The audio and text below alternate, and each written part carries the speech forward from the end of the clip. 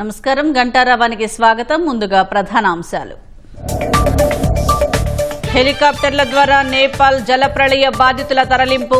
గల్లంతైన AP ఎన్ఆర్ఐల కోసం ముమ్మరంగా గాలింపు.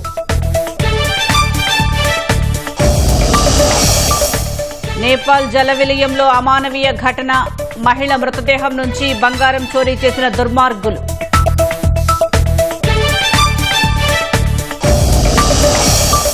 అధికారులు బలిపశువులుగా మార్చిన చరిత్ర జగంది. అధికార దాహానికి ఎందరో ఐఏఎస్ ఐపీఎస్లు బలయ్యారన్న పార్థసారథి. లేక్ అంటారియో పేరు మార్చిన ట్రంప్ నిర్ణయాన్ని తప్పుపట్టిన కెనడా ప్రధాని మార్క్ కార్నీ.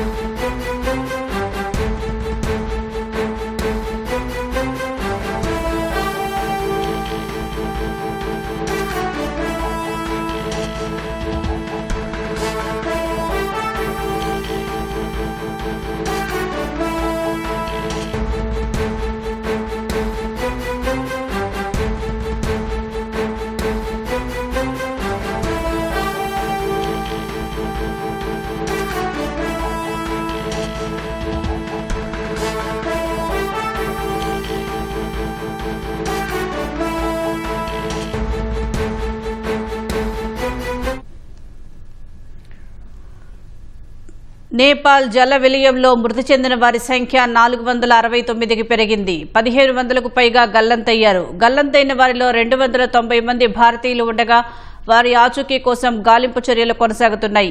మరో 200 మంది భారతీయులు టిబెట్ భూభాగంలో చిక్కుకుపోగా తమను సురక్షిత ప్రాంతాలకు తరలించాలని వారు విజ్ఞప్తి చేస్తున్నారు. క్షణాల్లోనే పలు ప్రాంతాల రూపురేఖలు మార్చేసిన ఆకస్మిక వరదల కారణంగా నేపాల్ మరుభూమిని తలపిస్తోంది. మెరుపు వరదలు సృష్టించిన విలయంతో నేపాల్లో అనేక పట్టణాలు, గ్రామాలు నేలమట్టమయ్యాయి. ఇళ్లు, వంతెనలు కొట్టుకుపోయాయి. వరద, బురద ముంచెత్తడంతో నేపాల్లో 35 వంతెనలు, 45 సస్పెన్షన్ వంతెనలు, 40 కిలోమీటర్ల రోడ్లు దెబ్బతిన్నాయి. త్రిశూలి, దేవిఘాట్ జలవిద్యుత్ ప్రాజెక్టులు ధ్వంసమయ్యాయి. కాఠ్మాండూను ఇతర ప్రాంతాలతో కలిపే రహదారి తీవ్రంగా దెబ్బతింది. ఫలితంగా వాహన రాకపోకలు నిలిచిపోయాయి. దెబ్బతిన్న రోడ్లు, అడుగడుగునా పేరుకుపోయిన బురద, శిథిలాల వల్ల సహాయక చర్యలకు తీవ్ర ఆటంకం కలుగుతోంది.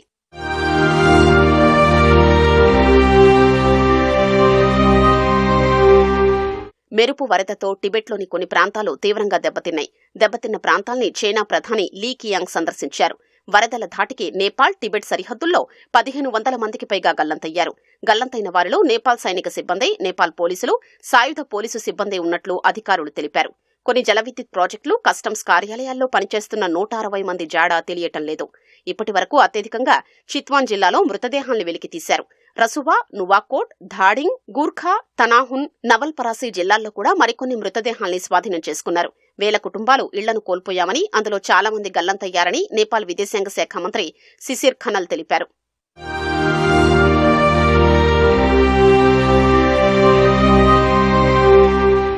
నేపాల్, టిబెట్లో కలిపి జలప్రళయంలో 290 మంది భారతీయులు గల్లంతయ్యారు. ఇందులో తెలుగువారు కూడా ఉన్నారు. నేపాల్ వరదల్లో 53 మంది కేరళం వాసులు చిక్కుకున్నట్లు అధికారులు తెలిపారు. సామ్రాట్ ట్రావెల్స్ ద్వారా 37 మంది, ఫ్లై ఎవరెస్ట్ ట్రావెల్ సంస్థ ద్వారా 49 మంది తమిళనాడుకు చెందినవారు మానస సరోవర్ యాత్రకు వెళ్లారని, వారి ఆచూకీ తెలియడం లేదని విదేశీ వ్యవహారాల శాఖ అధికార ప్రతినిధి రణ్ధీర్ జయస్వాల్ తెలిపారు. కర్ణాటక నుంచి వెళ్లిన 13 మంది సమాచారం ఇంకా లభించలేదని ఆ రాష్ట్ర ప్రభుత్వం వెల్లడించింది. నేపాల్ వరదల్లో ఆంధ్రప్రదేశ్కు చెందిన 41 మంది చిక్కుకున్నట్లు అధికారులు గుర్తించారు.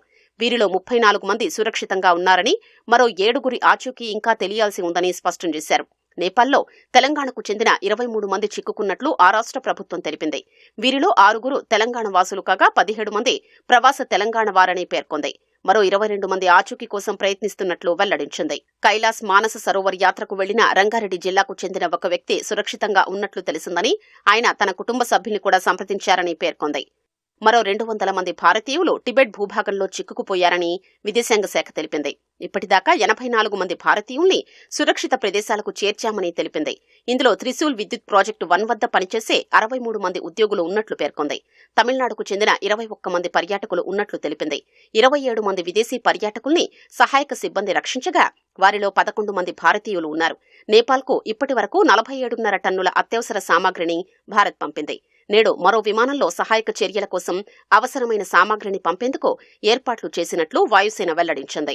విపత్తు పరిస్థితిపై సమీక్ష జరిపిన విదేశాంగ మంత్రి జయశంకర్, నేపాల్ ప్రభుత్వం, రాష్ట్ర ప్రభుత్వాలు, టూర్ ఆపరేటర్ల సమన్వయంతో గల్లంతైన భారతీయుల కోసం ముమ్మర చర్యలు చేపడుతున్నట్లు తెలిపారు. భారత్, నేపాల్ కలిసి 24 గంటలు పనిచేసే కంట్రోల్ రూమ్ను ఏర్పాటు చేశాయి. ఆకస్మిక వరదలు బీభత్సం సృష్టించిన ప్రాంతాల్లో సహాయ చర్యలను చైనా ముమ్మరం చేసింది. టిబెట్, నేపాల్ సరిహద్దులోని గిరోంగ్ కౌంటీలో చిక్కుకున్న 499 మంది గ్రామస్తులు, నిర్మాణ కార్మికులతో పాటు 555 మంది పర్యాటకులను సాంస్కృతిక, పర్యాటక శాఖల సమన్వయంతో తరలించినట్లు చైనా అధికారిక మీడియా జిన్హువా తెలిపింది. ప్రస్తుతం అక్కడ పర్యాటకులెవరూ చిక్కుకోలేదని అధికారులు చెప్పారు. 324 మంది సిబ్బందితో పాటు 24 టన్నుల సామాగ్రి, నిత్యావసర వస్తువులు, మందులను ఆయా ప్రాంతాలకు తరలించారు. వరదల ధాటికి చైనా వైపు ఉన్న పోర్టుకు వెళ్లే దారులన్నీ కోతకు గురయ్యాయి. పూర్తిగా దెబ్బతిన్న విద్యుత్, సమాచార వ్యవస్థలను పునరుద్ధరించే పనులు శరవేగంగా సాగుతున్నట్లు టెలికాం శాఖ వెల్లడించింది. అదేవిధంగా 5G ఇంటర్ నెట్వర్క్ రోమింగ్ సేవలను కూడా యాక్టివేట్ చేశారు. నేపాల్, టిబెట్ సరిహద్దులో సంభవించిన జల ప్రళయం తర్వాత ఓ అమానవీయ ఘటన వెలుగులోకి వచ్చింది. ఓ మహిళ మృతదేహం నుంచి 2 వ్యక్తులు ఆమె బంగారు కమ్మలను దొంగిలించారు. నారాయణి నదిలో కొట్టుకుపోతున్న ఓ మహిళ మృతదేహాన్ని 2 యువకులు ఒడ్డుకు లాగారు. అత్యంత అమానవీయంగా ఆమె చెవులకు ఉన్న బంగారు కమ్మలను లాగేసుకున్నారు. స్థానికులు ఈ నిర్వాకాన్ని ఫోన్లో రికార్డ్ చేసి సోషల్ మీడియాలో పోస్ట్ చేశారు. 41 సెకండ్ల ఈ వీడియో వైరల్ కావడంతో నేపాల్ పోలీసులు స్పందించారు. మహిళ మృతదేహం నుంచి బంగారు కమ్మలు దొంగిలించిన 2 యువకులను అరెస్టు చేశారు. ఇలాంటి అమానవీయ చర్యలకు పాల్పడితే సహించేది లేదని నేపాల్ పోలీసులు హెచ్చరించారు. దేశ ప్రజలకు ప్రధానమంత్రి నరేంద్ర మోదీ రక్షాబంధన్ శుభాకాంక్షలు తెలిపారు. ఈ పండుగ ప్రతి ఒక్కరి జీవితంలో సుఖ సంతోషాలు, సిరి సంపదలు, విజయాలు తీసుకురావాలని ఆకాంక్షించారు. ఈ మేరకు ప్రధాని మోదీ సామాజిక మాధ్యమం ఎక్స్లో ఓ సందేశాన్ని పోస్ట్ చేశారు. ప్రేమ, ఆప్యాయత, పరస్పర నమ్మకమనే బంధం ఎప్పటికీ చెక్కుచెదరకుండా ఉండాలని మనస్ఫూర్తిగా కోరుకుంటున్నట్లు ప్రధాని మోదీ తెలిపారు.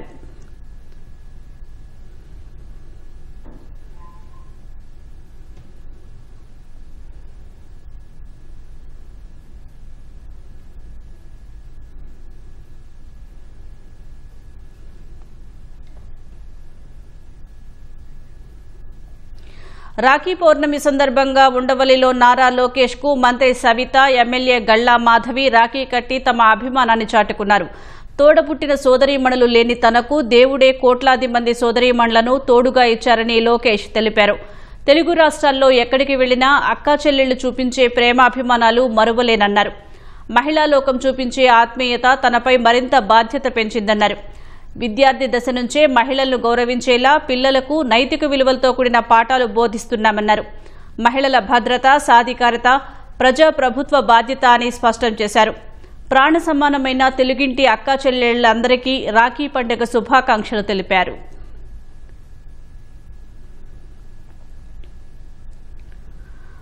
కాలుష్యం బారి నుంచి మమ్మల్ని కాపాడాలంటూ అనకాపల్లి జిల్లా రాంబిల్లి మండలం కృష్ణంపాలెం గ్రామస్తులు చేసిన విజ్ఞప్తిపై ఉప ముఖ్యమంత్రి పవన్ కళ్యాణ్ స్పందించారు. బాలాజీ యాక్షన్ బిల్డ్వెల్ సంస్థ కార్యకలాపాల వల్ల ఇబ్బంది పడుతున్నామంటూ కృష్ణంపాలెం ప్రజలు సమస్యను సామాజిక మాధ్యమాల ద్వారా పవన్ దృష్టికి తెచ్చారు. గ్రామస్తుల ఫిర్యాదు మేరకు సంస్థలో తనిఖీలు చేపట్టాలని పవన్ ఆదేశించారు. పరిశ్రమలో యంత్ర పరికరాల ట్రయల్ రన్లో కలప వ్యర్థాలను ఇంధనంగా ఉపయోగిస్తున్నట్లు అధికారులు గుర్తించారు. దీంతో బాయిలర్ నుంచి వెలువడుతున్న కాలుష్య వాయువులు అత్యవసర ద్వారం నుంచి గ్రామాల వైపు వ్యాపిస్తున్నట్లు తేల్చారు. నిబంధనల ప్రకారం మల్టీ సైక్లోన్ డస్ట్ కలెక్టర్ అనే వాయు కాలుష్య నియంత్రణ పరికరాన్ని బాయిలర్ పొగగొట్టానికి అనుసంధానించి శుద్ధి చేసిన ఉద్గారాలను తగిన ఎత్తు కలిగిన చిమ్నీ ద్వారా విడుదల చేయాల్సి ఉంది. సంస్థ ఈ నిబంధనను పాటించడం లేదని గుర్తించారు. కాలుష్య నియంత్రణ పరికరాలు అమర్చిన అనంతరం కార్యకలాపాలు కొనసాగించుకోవాలని సదరు సంస్థ యాజమాన్యానికి పీసీబీ అధికారులు సూచించారు. చిమ్నీ ఏర్పాటు పనులు పూర్తి చేసేందుకు సదరు సంస్థ 20 రోజులు గడువు కోరింది. ప్రజలకు ఇబ్బందులు కలగకుండా కాలుష్య నియంత్రణ చర్యలు చేపట్టిన తర్వాతే కమిషనింగ్ ప్రక్రియ ప్రారంభించేందుకు అనుమతి ఇచ్చారు.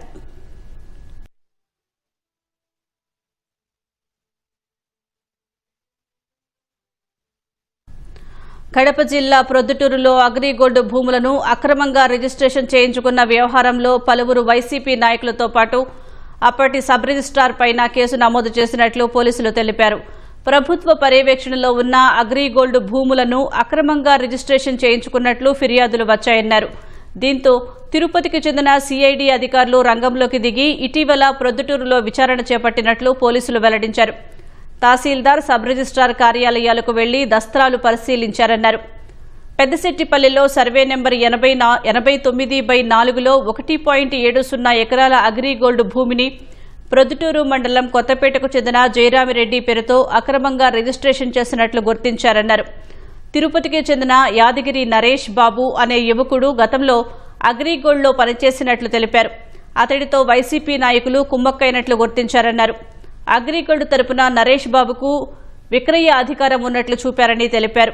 అందుకు అగ్రిగోల్డ్ ఎండీ సంతకాన్ని ఫోర్జరీ చేసినట్లు గుర్తించారన్నారు. నకిలీ పత్రాలను అసలైనవిగా నమ్మించి 2020లో అగ్రిగోల్డ్ భూమిని జయరామరెడ్డితో పాటు మరికొందరికి విక్రయించినట్లు రిజిస్ట్రేషన్ చేయించినట్లు పోలీసులు వెల్లడించారు.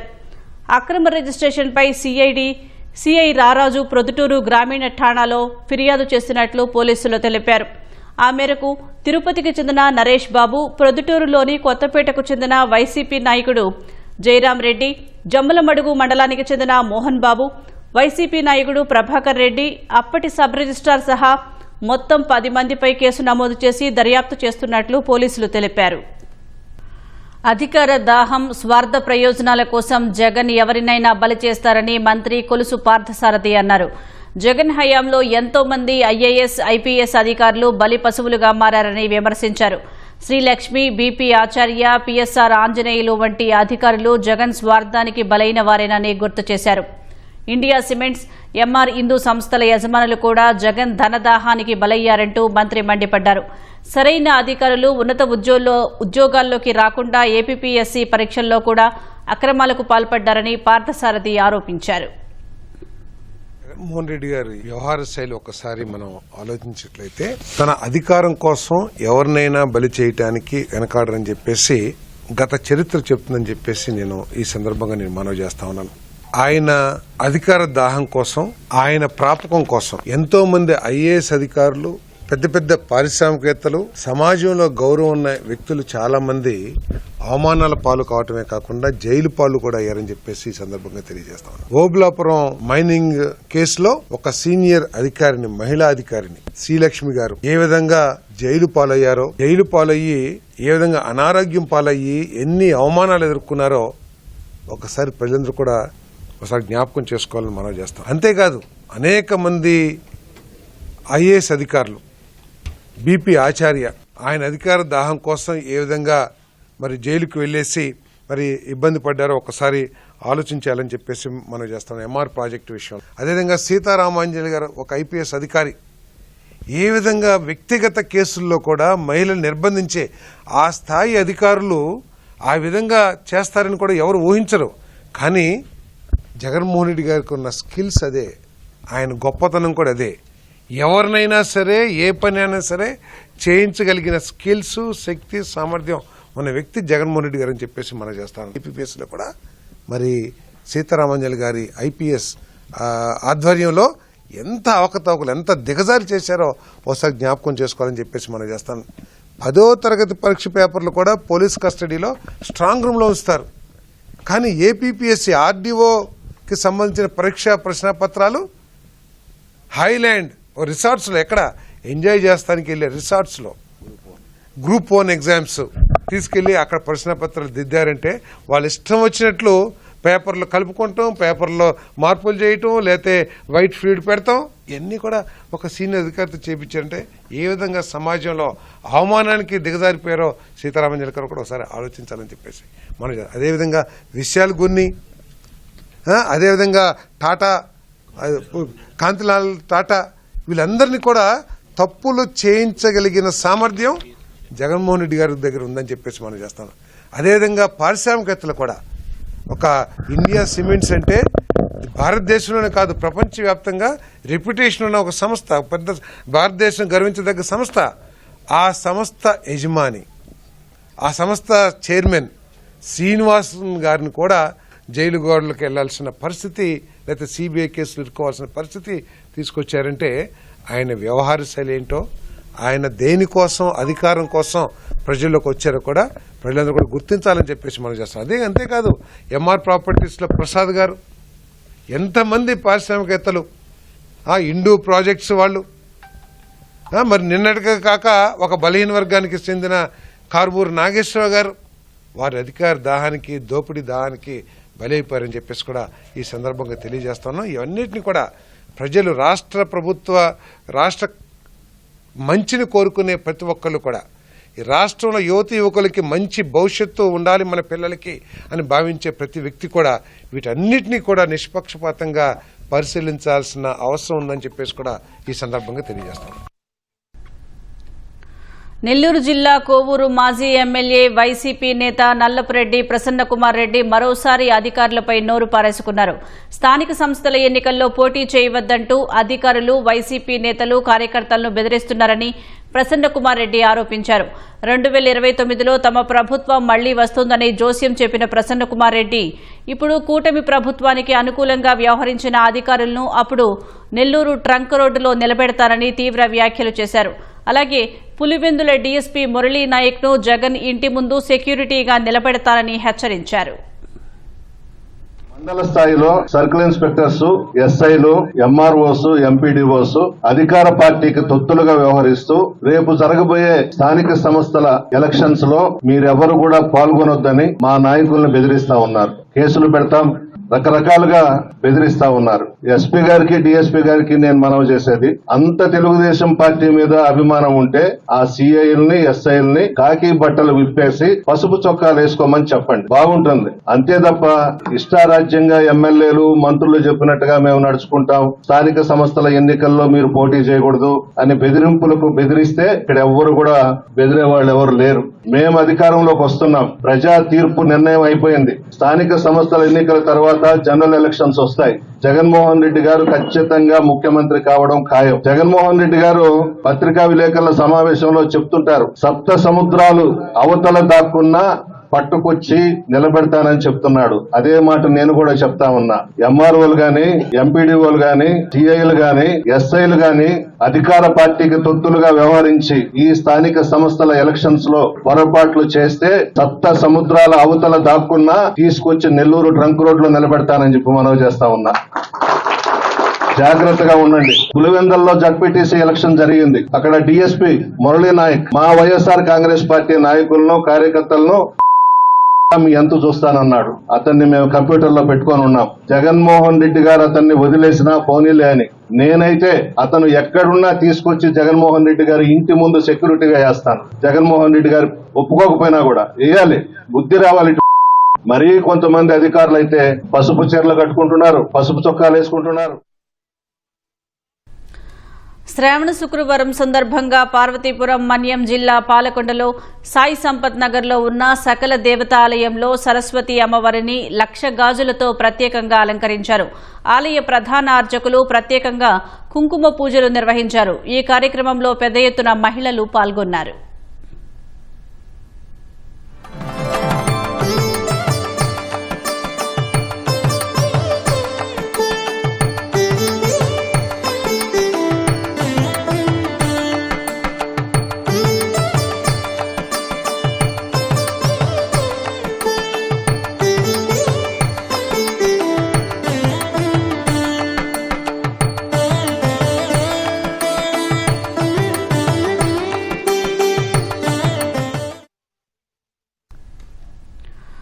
మొన్నటి వరకు బీళ్లువారి చుక్క నీరు లేక కొల్లేరులో నిశ్శబ్ద పరిస్థితి.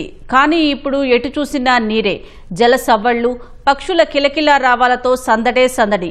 ఎగువన కురుస్తున్న వర్షాలతో భూగర్భ జలాలు పెరిగి ఏలూరు జిల్లా కైకలూరులోని ఆటపాక కొల్లేరు వన్యప్రాణి సంరక్షణ కేంద్రం జలకళ సంతరించుకుంది. కొల్లేరుకు నీరు రావడంతో పర్యాటకుల తాకిడి కూడా పెరుగుతోంది.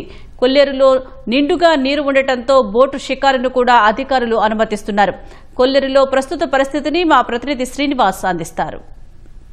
కైకలూరు నియోజకవర్గం ఆటపాక పక్షుల కేంద్రానికి వివిధ దేశాల నుంచి కూడా వలస పక్షులు వస్తూ ఉంటాయి. సరిగ్గా 2 నెలల క్రితం కొల్లేరులో నీరు లేకపోవడంతో పక్షులు రాక తగ్గింది. ప్రస్తుతం కొల్లేరుని జలకళ సంతరించుకోవడంతో పక్షుల రాక కూడా పెరిగినట్లు ఫారెస్ట్ అధికారులు చెప్తున్నారు. ప్రస్తుతం మనం దృశ్యాల్లో చూసుకున్నట్లయితే 2 నెలల క్రితం ఇదే కొల్లేరులో నీరు లేకపోవడంతో పక్షులు కూడా తీవ్ర ఇబ్బందులు పడ్డాయి.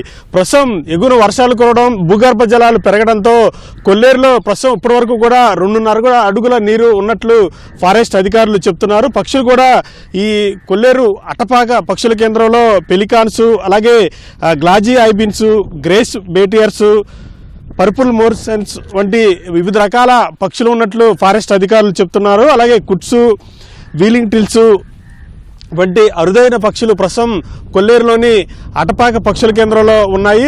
ఇప్పటి వరకు కూడా ఈ గత 2 నెలల నుంచి కూడా సందర్శకుల తాగిడి అటపాక పక్షుల కేంద్రానికి తగ్గిందని చెప్పుకోవచ్చు. ప్రస్తుతం ఈ కొల్లేరులో నీరు అనేది క్రమంగా పెరుగుతున్న నేపథ్యంలో ఈ కొల్లేరులో బోటు షికారును కూడా అధికారులు అనుమతిస్తున్నారు. అయితే కొల్లేరులో వాటర్ అనేది పెరిగితే ఇంకా పర్యాటకులను ఎక్కువ సంఖ్యలో ఈ బోటు షికారుకి తిప్పే అవకాశం ఉందని అధికారులు అంచనా వేస్తున్నారు. మరొకవైపు అటపాక పక్షుల కేంద్రానికి సెప్టెంబర్ నుంచి కూడా విదేశీ వలస పక్షులు వచ్చే అవకాశం ఉన్న నేపథ్యంలో పక్షుల రాకను దృష్టిలో పెట్టుకుని అటవీ శాఖ అధికారులు ఇప్పటికే ప్రత్యేక ఏర్పాట్లు చేయడం జరిగింది. పక్షులను చూసేందుకు వివిధ ప్రాంతాల నుంచి కూడా పర్యాటకులు పెద్ద సంఖ్యలో వచ్చే అవకాశం ఉంది. ఈ నేపథ్యంలో పర్యాటకులకు అలాగే వలస పక్షులకు కూడా ఇబ్బందులు లేకుండా ఇప్పటికే అటవీ శాఖ అధికారులు ప్రత్యేక ఏర్పాట్లు అయితే చేయడం జరిగింది. మరొక ఈ ప్రస్తుతం ఆగస్టు నెల నడుస్తుంది కాబట్టి సెప్టెంబర్ 1 అలాగే 2వ వారం నుంచి కూడా విదేశీ పక్షులు ఈ అటపాక పక్షుల కేంద్రానికి వచ్చే అవకాశం ఉంది. తద్వారా పర్యాటకుల సంఖ్య కూడా పెరిగే అవకాశం ఉంది కాబట్టి ప్రత్యేక ఏర్పాట్లు అయితే అటవీ శాఖ అధికారులు చేస్తున్నారు. కెమెరామెన్ రమణతో శ్రీనివాస్, సిటీవీ న్యూస్, ఆటపాక పక్షుల కేంద్రం నుంచి. నేపాల్ టిబెట్ సరిహద్దుల్లో గ్లేసియర్ విస్ఫోటనంతో ఏర్పడిన జల విలయం ఇప్పట్లో ముగిసేలా కనిపించడం లేదు. వరద శిథిలాలతో ఏర్పడిన ఓ భారీ సరస్సు మరో ప్రాణ సంకటంగా మారింది. ఆ సరస్సు కట్ట ఇప్పటికే బద్దలైంది. మరో భారీ వరద ముప్పు పొంచి ఉండటంతో నేపాల్తో పాటు టిబెట్లో చైనా కూడా తమ సహాయక చర్యలను పూర్తిగా నిలిపివేసి సహాయక సిబ్బందిని వెనక్కి పిలిపించింది. టిబెట్ వైపున గిరోంగ్ పోర్టుకు కేవలం 10 కిలోమీటర్ల దూరంలో శిథిలాలతో ఏర్పడిన సరస్సు కట్ట తెగిపోయిందని నేపాల్ పోలీసులు అత్యవసర అలర్ట్ జారీ చేశారు. స్థానికులు, భద్రతా బలగాలు, రెస్క్యూ సిబ్బంది వెంటనే సురక్షిత ప్రాంతాలకు వెళ్లిపోవాలని హెచ్చరించాయి. అటు చైనా కూడా టిబెట్లో సహాయక చర్యలను పూర్తిగా నిలిపివేసింది. సరస్సు ఉప్పొంగుతుండటం, దానికి తోడు కొండ చర్యలు, మంచు చర్యలు విరిగిపడే ప్రమాదం ఉండటంతో చైనా తన రెస్క్యూ సిబ్బందిని, వాహనాలను సురక్షిత ప్రాంతాలకు తరలించినట్లు చైనా మీడియా వెల్లడించింది. ఈ సరస్సు నీరు బయటకు వెళ్లే మార్గం లేక నీరు ఉప్పొంగుతూ చెట్లను ముంచేసి రాళ్లకట్టను బలంగా ఢీకొడుతున్న భయంకర దృశ్యాలను చైనాకు చెందిన CGTN ఛానల్ విడుదల చేసింది. కొత్తగా శిథిలాలతో ఏర్పడ్డ సరస్సు 150 మీటర్ల పొడవు, 40 నుంచి 50 మీటర్ల లోతున్నట్లు చైనా ఇంజనీరింగ్ బృందం 3D మోడలింగ్ ద్వారా అంచనా వేసింది. శుక్రవారానికి అందులో నీరు 2.5 మిలియన్ క్యూబిక్ మీటర్లు దాటి పొంగిపొర్లుతోంది. మరో 3 రోజుల్లో 3 మిలియన్ క్యూబిక్ మీటర్లు నీరు అంటే 1200 ఒలింపిక్ స్విమ్మింగ్ పూల్స్ కు సమానమైన నీరు ఈ సరస్సులోకి చేరనుందని చైనా హెచ్చరించింది. సెప్టెంబర్ 1 నాటికి వరద ఉధృతి అత్యంత తీవ్రంగా మారుతుందని స్పష్టం చేసింది. సరస్సు ఏర్పడిన తర్వాత దాని చుట్టూ అత్యంత ప్రమాదకరమైన శిఖరాలు ఏర్పడటంతో అక్కడికి వెళ్లటం సవాల్గా మారిందని తెలిపింది.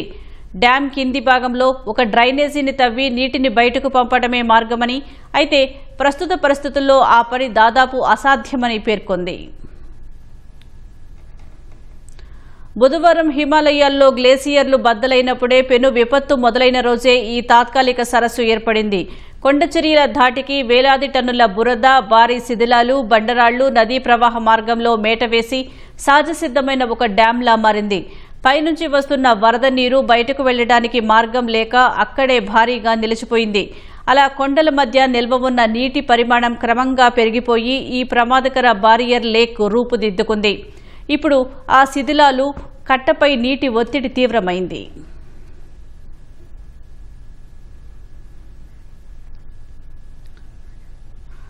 నేపాల్ జలప్రళయంలో చనిపోయిన వారి సంఖ్య 469కి పెరిగింది. దాదాపు 1000 మంది ఆచూకీ తెలియాల్సి ఉంది. సహాయక చర్యల్లో భాగంగా త్రిశూలి 1 పవర్ ప్రాజెక్టు సైట్ నుంచి సుమారు 500 మందిని సహాయ బృందాలు కాపాడాయి. వారిలో 200 మంది భారతీయులు ఉన్నారు. రేపటి నుంచి జరగాల్సిన పరీక్షలను నేపాల్ ప్రభుత్వం వాయిదా వేసింది. గ్రామాలు నేలమట్ట.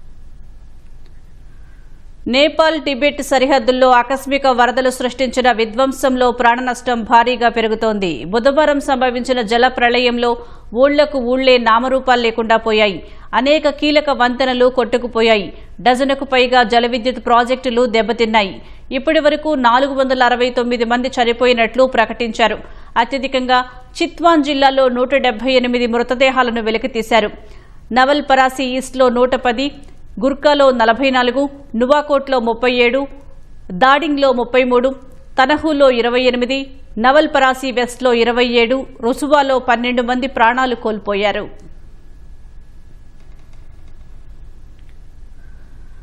జలప్రళయంలో 86 మంది భద్రతా సిబ్బంది, 517 మంది విదేశీ పర్యాటకులు, 127 మంది స్థానికులు సహా మొత్తం 977 మంది జాడలేదు. అందులో 290 మంది భారతీయులు, 63 మంది అమెరికన్లు, 51 మంది మలేషియన్లు, 34 మంది ఆస్ట్రేలియన్లు, 33 మంది బ్రిటన్ దేశస్థులు, 25 మంది కెనడియన్లు ఉన్నారు. సహాయక చర్యల్లో భాగంగా త్రిశూలి 1 పవర్ ప్రాజెక్టు సైట్ నుంచి సుమారు 500 మందిని సహాయ బృందాలు కాపాడాయి. వారిలో 200 మంది భారతీయులు ఉన్నారు. అందులో ఎక్కువ మంది పవర్ ప్రాజెక్టు కార్మికులు కాగా కొందరు పర్యాటకులు ఉన్నారు. విపత్కర పరిస్థితుల నేపథ్యంలో ఆగస్టు 29 నుంచి జరగాల్సిన అన్ని పరీక్షలను నేపాల్ ప్రభుత్వం రద్దు చేసింది. విపత్తుతో భయభ్రాంతులకు గురైన విద్యార్థులు, ఉపాధ్యాయులకు మానసిక కౌన్సిలింగ్ అందించాలని పాఠశాలలు, కళాశాలలను నేపాల్ విద్యాశాఖ మంత్రి, ప్రభుత్వ అధికార ప్రతినిధి సష్మిత్ పొకారెల్ వెల్లడించారు.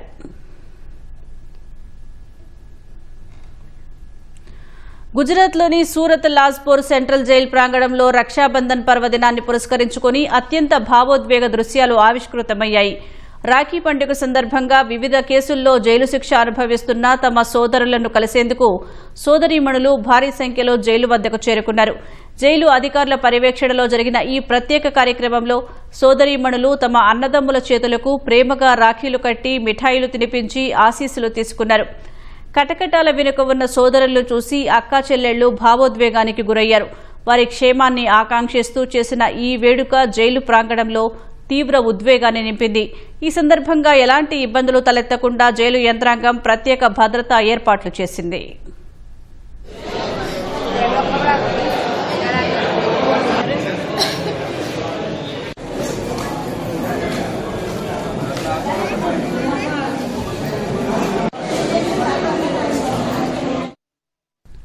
ఉపాధ్యాయుడిపై ఓ యువకుడు దాడికి పాల్పడిన ఘటన పెదకూరపాడులో జరిగింది. పెదకూరపాడు జిల్లా పరిషత్ పాఠశాలలో లెక్కల మాస్టర్గా పనిచేస్తున్న జంపని నరేష్ బాబు గురువారం గుంటూరు నుంచి తన కారులో సహచర సిబ్బందితో కలిసి పయనమయ్యారు. వీరి వాహనం సిరిపురం వచ్చే క్రమంలో పెదకూరపాడు వైపు నుంచి వస్తున్న కారుకు మార్జిన్ ఇచ్చేందుకు ప్రయత్నించారు. కానీ 2 కార్లు పరస్పరం స్వల్పంగా ఢీకొన్నాయి. దీంతో పెదకూరపాడు వైపు నుంచి వస్తున్న కారు సైడ్ మిర్రర్స్ దెబ్బతిన్నాయి. స్నేహితుడి కారు తీసుకుని వెళ్తున్న ఆ వాహన చోదకుడు వెంటనే అప్రమత్తమయ్యాడు. కారు ఓనర్ షేక్ సుబానికి ఉపాధ్యాయుడు ప్రయాణిస్తున్న కారు ఢీకొట్టిన విషయం చెప్పాడు. దీంతో పెదకూరపాడు బస్టాండ్ సెంటర్లో ఉపాధ్యాయుడు కారును సుబాని అతని స్నేహితులు అడ్డుకున్నారు. హాజరుకు సమయం అవుతుందని పాఠశాల వద్ద మాట్లాడదామంటూ రచ్చజెప్పినా వినలేదు. కారును వెంబడించిన సుబాని అతని స్నేహితులు పాఠశాల రహదారిలో కారుకు ద్విచక్ర వాహనాన్ని అడ్డుగా పెట్టి ఆపారు. కారులో ఉన్న టీచర్ నరేష్ బాబును కిందకు లాగి బూతులు తిడుతూ చేతులతో కొబ్బరి మట్టలతో దాడి చేశారు. ఉపాధ్యాయుడి పక్షాన ఉపాధ్యాయ సంఘాల నేతలు నిలబడ్డారు. పెదకూరపాడు పోలీస్ స్టేషన్లో దాడికి పాల్పడిన యువకుడిపై ఫిర్యాదు చేయించారు.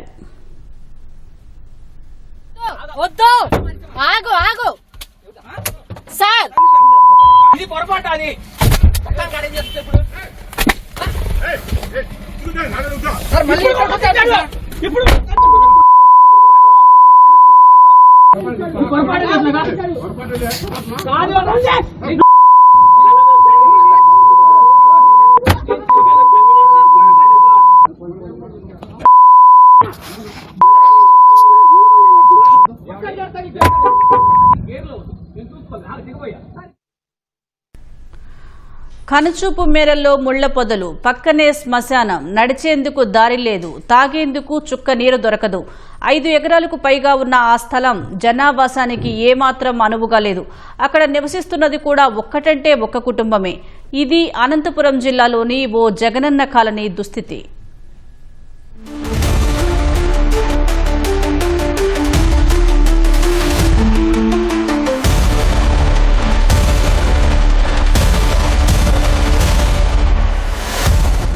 సొంతిల్లు ప్రతి పేదవాడి కల.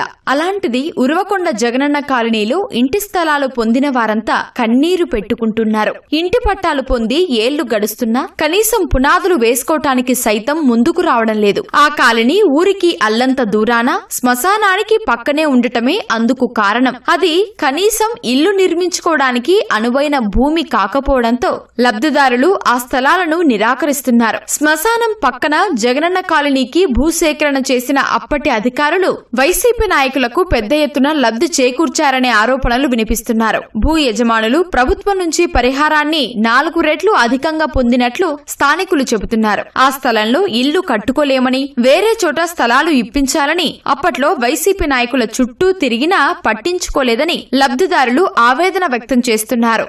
ఎంత పోరాడే తిరిగినా గానీ ఇంత శ్మశానంలో మాకు ఇచ్చినారు సార్. అది ఏమిడికి ఉపయోగం లేదు సార్. అది పిల్లలు సన్న పిల్లలు ఉన్నారు సార్. మాకు ఏదో జీవన ఉపాధి, ఏదో కరెంట్ పని చేసుకుని తింటున్నాము. కానీ ఈ సొంత ఇల్లు ఉంటే మాకు ఏదో ఒక రకంగా బాగుంటుంది సార్. మాకు ఆశ లేకుండా చేసినారు సార్. అది స్థలాల కోసం చాలా ఏళ్ళ నుండి పోరాడుతున్నాం సార్. ఏదో సంతోషం పడదాం అనుకునే లోపల ఇక్కడ వచ్చి చూస్తే ఈ ఏరియా అసలు మాకు ఇండ్లు కట్టుకునే ఏరియానే కాదు. జనాలందరూ బేస్మెంట్లు వేసినారు కానీ వాళ్ళు ఇక్కడ కట్టుకునేకి ఇష్టం లేక వాళ్ళు టౌన్ లోనే ఉండిపోయినారు సార్. సర్వే నంబర్లు 278, 280కి చెందిన 5.30 ఎకరాల భూమిని 28 లక్షల రూపాయలకు వైసీపీ నాయకులు అప్పట్లో ప్రభుత్వానికి విక్రయించారు. శ్మశానం పక్కన ఉన్న ఇదే భూమిలో 233 మంది పేదలకు పట్టాలు ఇవ్వాలని జాబితా తయారు చేశారు. వీరిలో 162 మందికి పట్టాలిచ్చారు. ఇల్లు కట్టుకోవాలని అధికారులు తీవ్ర ఒత్తిడి తెచ్చినా లబ్ధిదారులు ఆసక్తి చూపలేదు. పట్టాలు రద్దు చేస్తామని బెదిరించడంతో కొందరు పునాది వేసుకున్నారు. చౌడు భూమి కావడంతో అవి కాస్త కుంగిపోయాయి. ఇది రేగడి భూమి కానీ ఊరికి చాలా దూరంగా ఉంది. నీరు సౌకర్యం లేదు. జనాలు వచ్చి పోయే కూడా ఇబ్బందిగా ఉంది. 350 పట్టాలు ఉన్నాయి ఇక్కడ. ఒక్క ఇల్లు కట్టుకున్నారండి అంతే. అన్ని ఖాళీగా ఉన్నాయి. ఇండ్లు కట్టుకునేకి అనుకూలం ఏమీ లేదు సరిగా. తర్వాత వచ్చేసి ఒక ఇండ్లు కట్టుకున్నారు ఆయన. ఆ కట్టుకునే ఇంటికి కూడా వాళ్ళకి ఏమి వసతులు కూడా సరిగ్గా లేవు. వాటర్ ప్రాబ్లం ఇక్కడ. రోడ్డు కూడా ఏరియా అంతా కొంచెం ప్రాబ్లమే ఉన్నది. బేస్మెంట్ అలొకేషన్ అన్ని చీలిపోతున్నాయి. శ్మశానంలో ఇచ్చినారు పక్కన. ఇప్పుడు ఎవరైనా లేడీస్ ఒంటరిగా ఉండాలన్నా కూడా కొంచెం కష్టంగానే ఉంటుంది. అది జగనన్న కాలనీలో ఇల్లు నిర్మించుకోవడానికి లబ్ధిదారులు ముందుకు రాకపోవడంతో ఆ ప్రాంతమంతా ముళ్ల కంపలతో నిండిపోయింది. వైసీపీ పాలనలో తమకు ఇచ్చిన స్థలాలను వెనక్కు తీసుకుని మరో చోట కేటాయించాలని పేదలు అధికారులను వేడుకుంటున్నారు. తోబుట్టువులు నిండు మనసుతో జరుపుకునే రక్షాబంధన్ను శ్రీకాకుళం జిల్లా విద్యార్థులు వినూత్నంగా జరుపుకున్నారు. పలాస మండలం రామకృష్ణాపురంలోని శ్రీ సత్యసాయి విద్యా విహార్ పాఠశాల విద్యార్థులు రాఖీ ఆకారంలో నిలబడి ప్రత్యేక ఆకర్షణగా నిలిచారు. పండుగ విశిష్టత, తోబుట్టువుల మధ్య ఉండాల్సిన ప్రేమానురాగాలను ఉపాధ్యాయులు పిల్లలకు వివరించారు.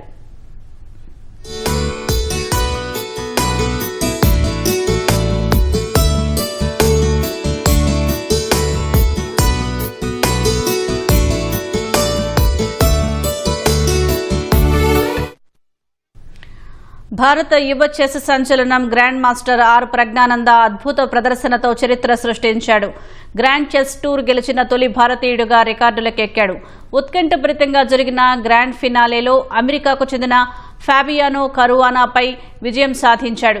ప్రారంభంలో కరువానా ఆధిపత్యం చెలాయించాడు. ఒక దశలో వెనుకబడిన ప్రజ్ఞానంద ఆ తర్వాత తన మైండ్ గేమ్తో ఆటను పూర్తిగా తన వైపు తిప్పుకున్నాడు. చివరికి కరువానాపై 15-13 పాయింట్ల తేడాతో చిరస్మరణీయ విజయాన్ని సొంతం చేసుకున్నాడు. తన కెరీర్లో తొలి గ్రాండ్ చెస్ టూర్ టైటిల్ సాధించిన ప్రజ్ఞానందకు దాదాపు 2 కోట్ల రూపాయల ప్రైజ్ మనీ లభించింది. అంతేకాకుండా వచ్చే ఏడాది జరిగే గ్రాండ్ చెస్ టూర్కు నేరుగా ప్రవేశించే అవకాశం కూడా దక్కింది. హైదరాబాద్లో మహాప్రస్థానంలో ప్రముఖ నటుడు, నిర్మాత గుళ్లపల్లి వెంకటనారాయణరావు అంత్యక్రియలకు మెగాస్టార్ చిరంజీవి హాజరయ్యారు. తన ఆత్మీయ మిత్రుడు జీవీ నారాయణరావు ఇక లేరనే వార్త దిగ్భ్రాంతికి గురిచేసిందని చిరంజీవి అన్నారు. సినీ ఇన్స్టిట్యూట్ నుంచి ఆయనతో తనకు ఎంతో సన్నిహిత అనుబంధం ఉందన్నారు. తమ ప్రయాణంలో ఎన్నో మధురమైన జ్ఞాపకాలు ఉన్నాయని, ఆయన ఆత్మకు శాంతి చేకూరాలని కోరుకుంటున్నట్లు తెలిపారు. ఆయన కుటుంబ సభ్యులను పరామర్శించి వారికి ప్రగాఢ సానుభూతి తెలిపారు. నారాయణరావు మన మధ్య లేరు అనేది కొంచెం కష్టంగానే ఉంది. ఫిలిం ఇన్స్టిట్యూట్ రోజుల నుంచి అంటే 1977 నుంచి మా ఇద్దరి పరిచయం. మేము ట్రైనింగ్ అవుతున్నప్పుడు సీనియర్గా వచ్చి మా మధ్య కూర్చునేవాడు. అలాగా మాకు దగ్గర అయ్యాడు. నేను ఒక స్టార్ స్టేటస్గా నాకు ఇమేజ్ ఏర్పడినప్పుడు 2-3 సినిమాలు చేయటం, అంతేకాకుండా నా సినిమాల్లో తనకి అవకాశాలు వచ్చేలా చేయటం ఇవన్నీ కూడా జరుగుతూ ఆ విధంగా మా యొక్క అనుబంధం అలా పెనవేసుకుంటూ వచ్చేది. అదేం యాదృచ్ఛికం తెలియదు. జస్ట్ 10 రోజుల క్రితం నేను ఇద్దరం కోసం ఫోటో దిగుదాం రా అని అన్నాడు. బహుశా తన ఆఖరి చిత్రం నాతోటి ఆ పిక్చర్ అదేనేమో. అండ్ ఎక్కడున్నా సరే మా నారాయణరావు ఆత్మ శాంతి చేకూరాలని అండ్ వాళ్ళ కుటుంబ సభ్యులు 50 మందికి వాళ్ళు నా కుటుంబ సభ్యులే, వాళ్ళకి నా ప్రగాఢ సానుభూతిని తెలియజేస్తున్నాను.